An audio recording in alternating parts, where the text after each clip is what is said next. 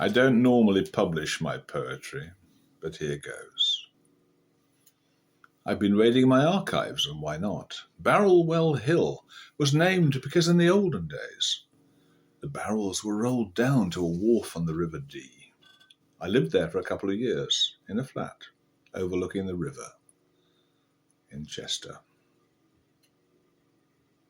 As I walk down the hill, there is little to see from the steep cobbled lane to my door, for the people with houses on Barrell Hill pass their time looking out to the river below. They've no need of facades to the fore. You might think that you've come to a quaint kind of place as you turn down from Bolton above, for the roar of the traffic is soon left behind as you're barked at by dogs and you're cooed at by doves. There are signs which pronounce in an off-putting way that obstructionists better beware. The turning is tricky and may lead to grief, for the hill is so narrow, so bumpy and steep, and besides doesn't lead anywhere. But they're friendly enough on Barrell Hill, though at first they may seem quite austere. There's a prosperous doctor, an old brigadier, there's Waterboard John with his boiler suit on, and a Jaguar driving old dear. There's G and S.A. at the foot of the hill. He's a countrified sort of a chap.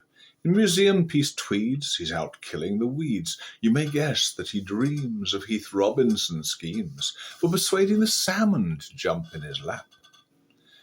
T and J.B. are a practical pair.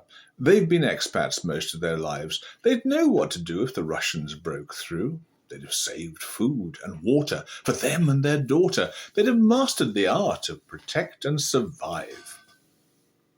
A fat ginger Tom known as Spike likes to snooze on convenient bonnet or stone.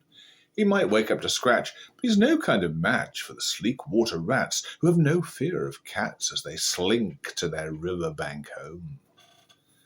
There's a curious overgrown garden to see, where the bindweed and nettles grow high, a greenhouse collapsing from age and exhaustion, wildflower posies, and old-fashioned roses where the tortoiseshell butterflies fly.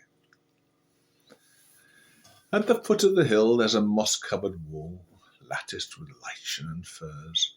Here the bedrock is brittle, there are many small springs, and the sound of the stream has companioned my dreams, and has soothed all my tossings and turns.